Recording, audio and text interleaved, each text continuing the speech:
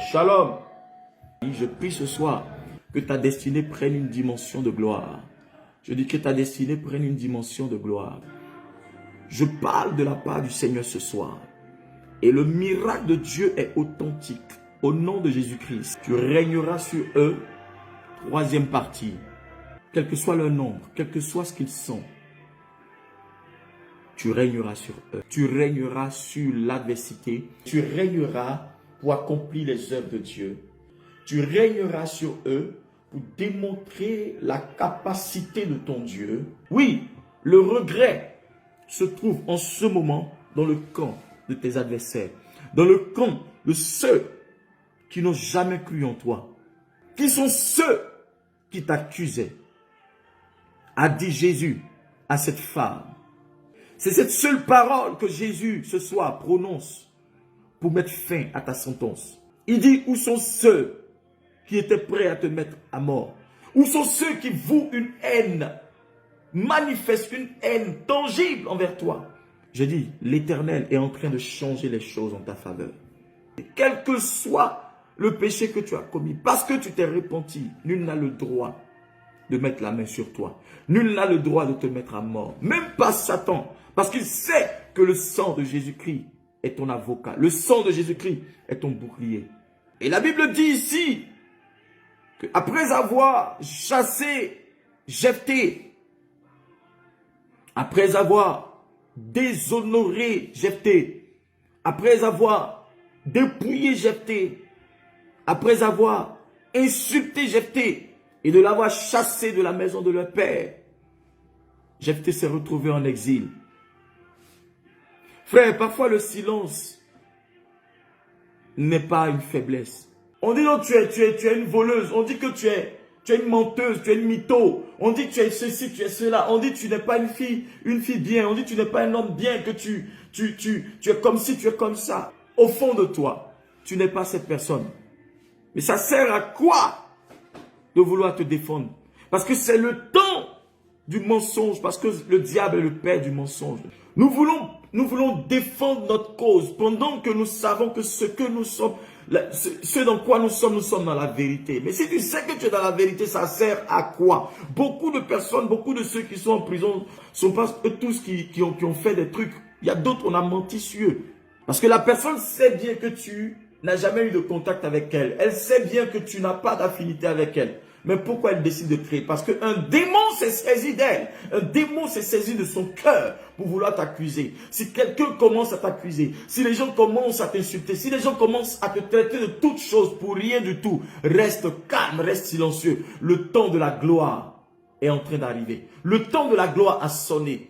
Parce que toute gloire est précédée d'abord par des difficultés. Jésus n'avait rien fait. Ils l'ont accusé, ils l'ont insulté, ils l'ont traité de tous les noms, ils l'ont cloué à la croix, ils l'ont crucifié. Mais la vérité a triomphé, il est revenu à la vie. Jephthé avait toutes les possibilités, il avait toutes les raisons de détester ceux qui sont venus le voir. Il avait toutes les raisons de leur en vouloir. Bien qu'il ait dit, c'est pas vous qui m'avez chassé de la maison de mon père, m'avez dépouillé. Mais regardez ce que Jephthé va commencer à dire. Les anciens de Galade disent à Jephthé, c'est bien pour cela que nous venons vers toi maintenant. Si quelqu'un t'a fait du mal, s'il vient vers toi pour te demander pardon, accepte. Tu n'es pas obligé de reprendre forcément comme lui avant, de refaire les mêmes choses comme lui avant, mais pardonne, comme je te disais hier. Si l'Éternel te dit de reprendre des contacts, si Dieu ne t'a pas convaincu, ne le fais pas. Mais pardonne, toi élimine les virus sataniques qui sont dans ton âme pour que toi tu puisses avancer. Parce que si tu ne pardonnes pas, toi-même tu te bloques. Si tu ne pardonnes pas, la personne progresse. Parce qu'elle est venue se décharger, elle est venue te demander pardon. Si toi tu n'acceptes pas, c'est du feu, des braises de feu qui sont sur ta tête. Parce que toi tu vis, et cette personne, tu vis avec des rancunes, des rancœurs, mais cette personne a libéré son âme. La vérité ne se presse jamais. La vérité ne se précipite jamais. Il n'y a rien sur cette terre-là qui n'est caché, qui ne peut pas être dévoilé un jour. Comme on le dit, le mensonge prend l'ascenseur, la vérité prend l'escalier, mais ça finit toujours par arriver avant le mensonge. J'étais resté tranquille dans son coin. Il est resté serré dans son coin. Il n'a pas cherché à prendre des rebelles pour aller détourner ses frères, aller tuer ses frères. Non. Jephthé avait confiance que la position et la posture qu'il avait à cause de son alliance avec Dieu, cette injustice n'allait jamais prospérer. Je dis, je commande que toute injustice qui a été manifestée contre toi, je commande que cela soit réglé au nom de Jésus-Christ. Que Jésus-Christ, qui est l'avocat par excellence, règle toute injustice dans ta vie, toute injustice dans ta maison, toute injustice dans ta santé, toute injustice dans ton âme, toute injustice contre ta vie sentimentale. Je dis, je commande la justice de Dieu et la réparation divine au nom de Jésus-Christ de Nazareth. C'est ta réussite qui est ton témoignage devant tes ennemis. Qu'il pleuve ou qu'il neige, ils sauront, ils vont entendre parler de toi. Que tu es devenu trop fort. Tu es devenu trop fort pour eux. Tu es devenu trop puissant pour eux. Jephthé était dans son coin. La Bible dit qu'il y a eu une guerre qui s'est passée avec les Ammonites. Ils n'ont pas trouvé d'homme fort là-bas. Ils sont revenus chercher Jephthé. Ça veut dire que Dieu avait rendu Jephthé fort. Jephthé était devenu fort. Il était devenu puissant. Parce que quand ils ont regardé, ils ont su que celui qui avait la capacité de conduire ce peuple-là pour remporter la victoire était Jephthé. Mais Jephthé n'est pas resté les bras croisés. La Bible dit que étant dans ce pays, Jephthé aussi a fait des choses.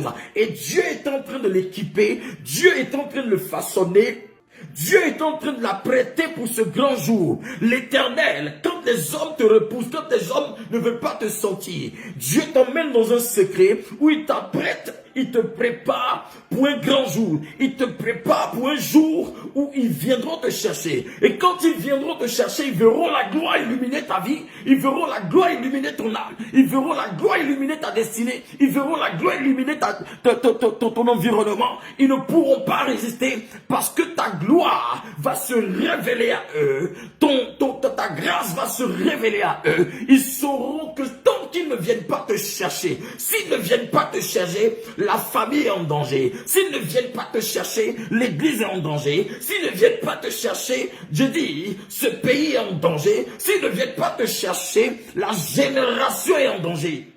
Il y a des gens qui savent que tu es la solution à leurs problèmes. Mais l'orgueil est en train de lutter avec eux. Je dis, laisse Dieu parler pour toi. L'absence de Jephthé était un handicap pour eux. Il y a des gens ici qui me regardent, qui ont des anges qui veillent sur eux. C'est des anges qui sont puissants.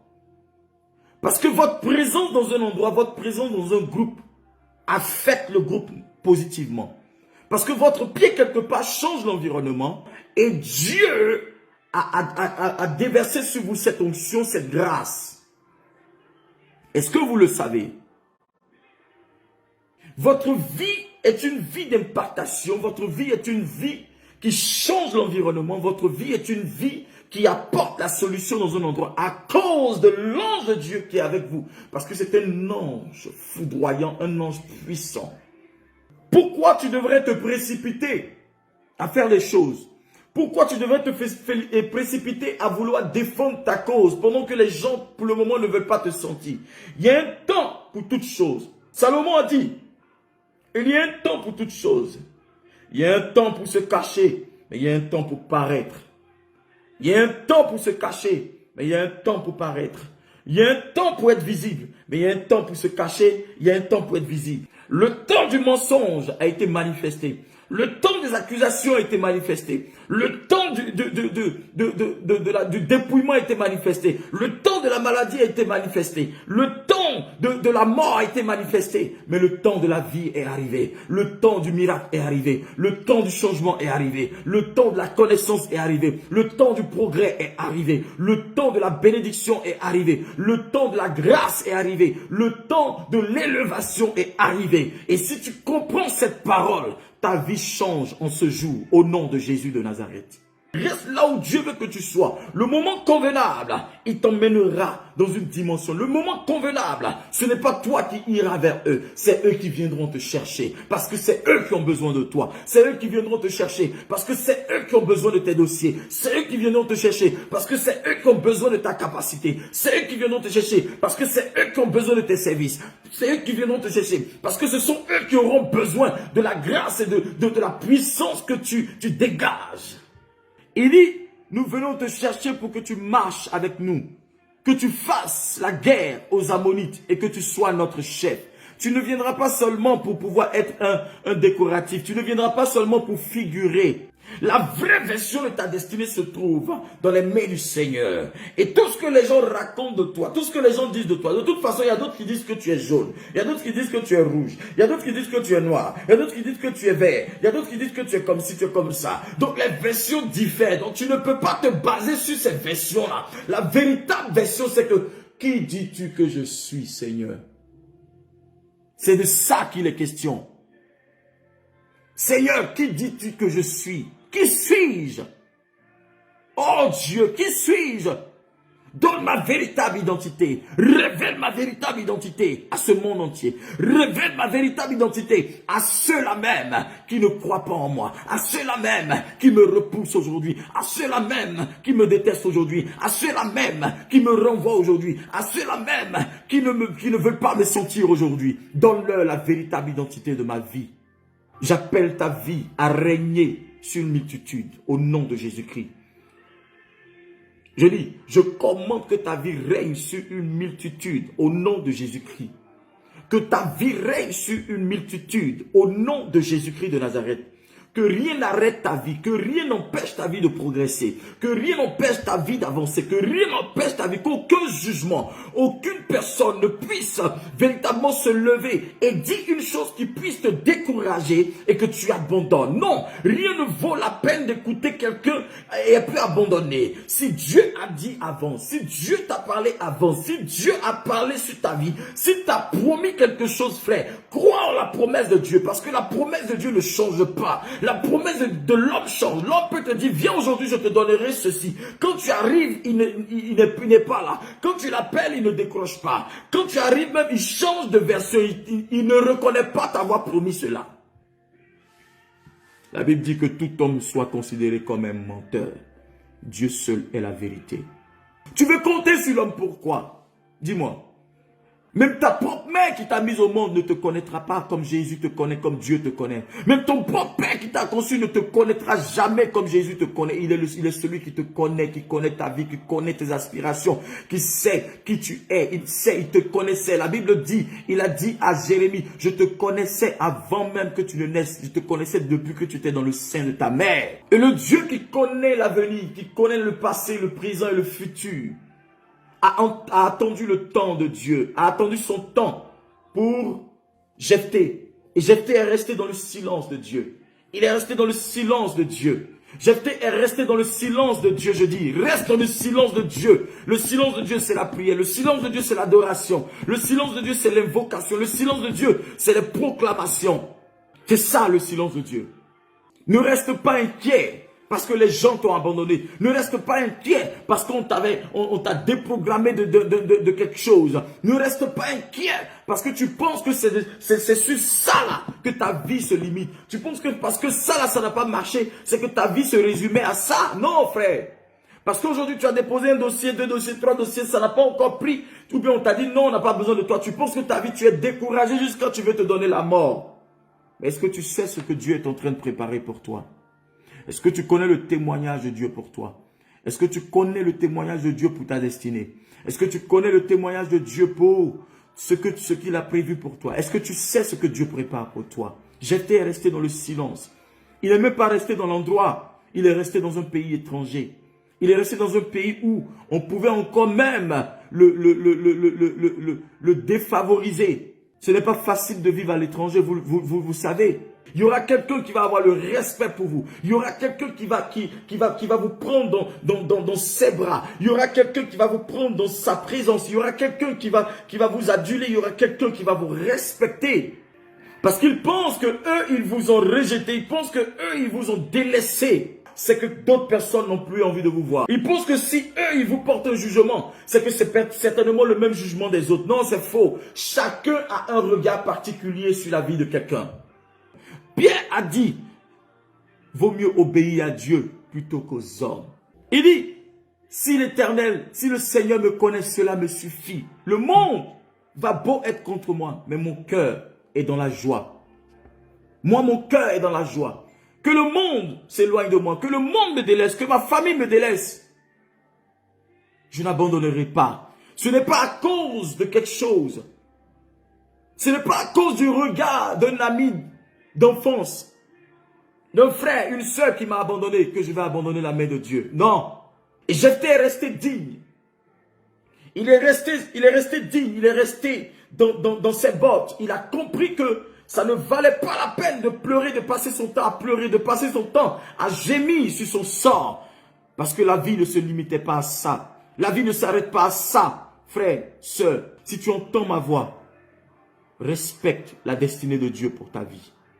Respecte la destinée de Dieu pour ton âme. Respecte la décision de Dieu actuelle. Respecte la décision actuelle de Dieu pour ta vie.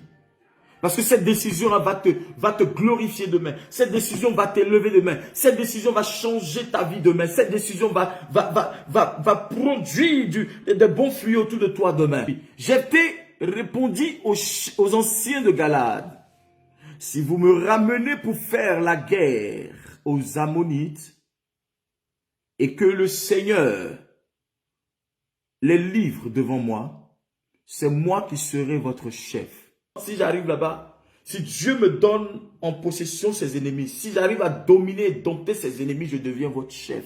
Vous ne savez pas que quand Dieu vous ramène dans la vie de quelqu'un, c'est pour que vous soyez chef. Vous devez rester toujours digne. Vous devez rester toujours dans la vérité. Le plan de Dieu, vous ne devez pas vous corrompre. Non, c'est parce que s'ils sont revenus vers vous pour demander pardon, pour demander votre avis, ils sont venus demander votre aide, c'est parce que vous êtes restés dans la vérité. Vous devez rester dans la vérité. Il y a des gens qui viennent vers vous pour vouloir vous détourner encore. Il y a d'autres quand ils reviennent, quand ils s'envoient et puis ils reviennent vers vous, c'est pour vous détourner parce que la mission qu'ils ont essayé la première fois n'a pas réussi. Donc ils reviennent encore dans votre vie pour vous achever en même temps. Et vous acceptez de pouvoir continuer comme avant dans vos vies. Il faudrait mettre une barrière. Parce que la Bible dit les démons là, quand ils s'en vont là, s'ils doivent revenir là, ils reviennent avec 7 autres démons plus puissants. Quand tu reviens vers moi là, c'est pourquoi. Quand tes ennemis reviennent vers toi, si ce sont tes ennemis, hein, écoutez-moi très bien, si ce sont tes ennemis, quand ils reviennent vers toi, c'est pour t'achever. C'est pour te faire du mal. Pour connaître tes secrets et autres, tout ça. Mais si ils ont été des gens qui t'ont fait du mal et qui reviennent vers toi, s'ils reviennent vers toi et qu'ils regrettent cela, en fait, c'est pour que tu puisses être celui qui va dominer leur vie, celui qui va être la promotion, celui qui va être le chef. Il y a deux aspects. Soit ils viennent pour te détruire, ils reviennent pour te détruire, soit ils reviennent pour te donner de la promotion. Pour dire, tu étais dans la vérité. Nous n'avons pas compris. Nous n'avons pas su. Nous n'avons pas ceci, cela. Aujourd'hui, tu es dans la vérité. C'est toi qui vas nous conduire. C'est toi qu'on va écouter. C'est toi qu'on va désormais écouter. Il y a ces deux aspects. Quand quelqu'un t'a fait beaucoup de mal, qu'il revient te demander pardon, frère, faut prier. Soit il est venu pour t'achever, soit il est venu pour te donner de la promotion. Quand les gens viendront, c'est parce que la nation a besoin de toi. C'est parce qu'une grande multitude a besoin de toi. Ce n'est plus les choses de maison, les choses de 2 ou 3 personnes, les petits trucs où dit tu m'as fait ceci, tu m'as fait cela. Ça devient un problème national, un problème de mondial. Ça devient quelque chose qui doit impacter le monde entier. Jephthé est parti, il a fui la maison à cause d'un héritage. Mais quand il revient à la maison, la restauration devient nationale. J'annonce à quelqu'un que la restauration de ta vie sera une restauration de renom, une restauration de renommée, une promotion de gloire, une promotion qui te fera connaître dans les nations, une promotion qui te fera connaître dans les nations, dans les pays, dans les quartiers. On parlera de toi parce que l'Éternel t'a choisi.